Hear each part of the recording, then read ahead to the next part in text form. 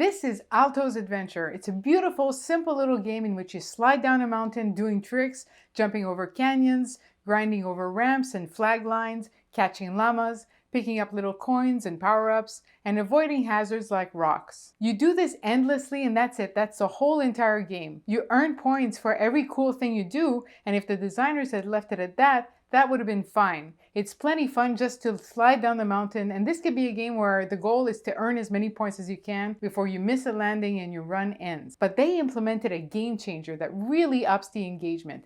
They implemented rolling goals. Rolling goals are a very simple little mechanic that can be super powerful. And I'm so excited to talk about this today that I'm going to do something a little different. I'm only going to take examples from training that is not gamified so that you can see that gamification doesn't have to be complicated. Sometimes one little mechanic can really focus learner attention and drive up engagement. Okay, so what the hell are rolling goals? Well, in addition to the general target of racking up points and sliding down the mountain, when you start Alto's Adventure, you get 3 specific goals to achieve. For example, catch 15 llamas or travel 500 meters in one run. You can take as long as you want to achieve these, or you can totally ignore them and just enjoy flying down the mountain. So it can take you several games to finish a set of 3, but when you do, you get 3 new ones. No huge reward, no massive celebration. Most of the fun of finishing your goals is the novelty of finding out, what do I have to do next? What's my next mission? And getting your next mission sustains you through more play because it gives you something new to focus on, even though the game stays exactly the same. In a lot of games, you don't even have to finish the whole set. Each goal gets replaced as soon as it's reached. Here's an example from June's Journey, where you get these little missions called cases to solve. And when you finish one, it gets replaced by a new one immediately. So you get to pick what you want to focus on among the 3 active goals. So rolling goals are much more specific than your general objectives. They're optional and they can be done in any order. So let's take a look at how we can use rolling goals in a learning environment, whether it's gamified or not. And my first use case is a learning environment that's very open, where the learner has a big sandbox of activities or information at their disposal, so they have a lot of choices. For example, this could be a conference where attendees get to choose which sessions to attend, or an LMS full of micro-learning capsules that employees can complete whenever they want, or just a company intranet full of articles, documents, and other information resources. These environments can sometimes feel a little overwhelming for users. You're confronted with an abundance of choices, and you wonder, where do I start? What do I do? And when you do pick an activity, you're always a little bit worried that you've picked the wrong one, and maybe you should have picked something else, and now you're missing out. That's called the paradox of choice, where the more choices you have, the better off you are, but the worse you feel about any one thing you choose. One great way people get around that is by providing curated paths. So, for example, on a website, we'll recommend that you start here and then you follow this path, so that the user has a clear set of things to do, they know where to start and where to go, and they get clear indicators of their progress through that path. But instead of a path, or even in addition to it, you could give them rolling goals to achieve within that open learning environment. This gives them some direction and helps them focus on objectives in a sea of possibilities. They still have all the freedom to pursue what they want in that environment,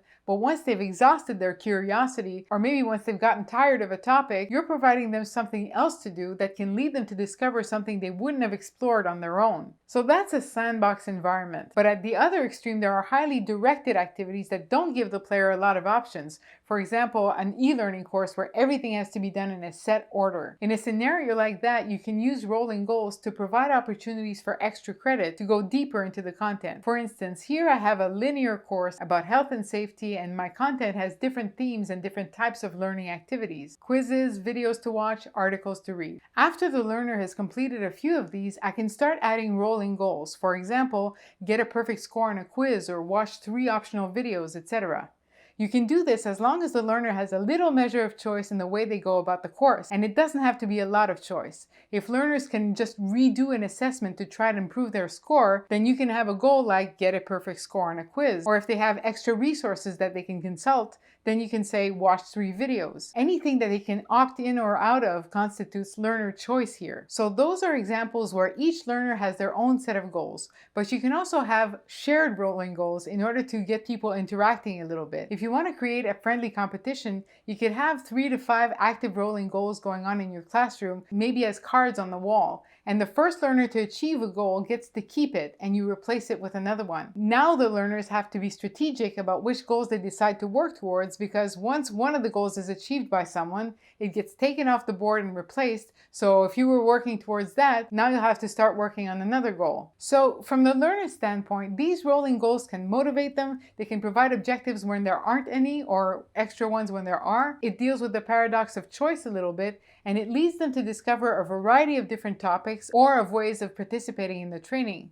But beyond that, from a teaching standpoint, you can use rolling goals to influence learner behavior. If one of your topics is more fundamental than the others, or more challenging, or you find that people just don't gravitate naturally towards it, then maybe you'll want to design more goals around that topic just to give them the extra nudge towards it. And of course, you can vary the goals with a mix of long-term and short-term ones, or easy and hard goals to keep things fresh. You get to influence the learner's behavior, but since a couple of goals are active at any one time, the learner still has choice. And finally, the thing I love the most about rolling goals is that from a production standpoint, you don't need to design new content or mechanics, right? In every single one of the examples I've shown you, the course or learning environment is built completely on its own, independent of the idea of rolling goals. But then, based on what the course affords, whether it's articles, videos, quizzes, or activities, I can add rolling goals based on whatever's already in the course to add a little bit of extra engagement. So you don't even need to change anything about your course or learning environment to leverage this mechanic. You just use what's there. So I hope this inspires you a little bit. And again, thank you so much for watching. Happy designing, and I'll see you next time.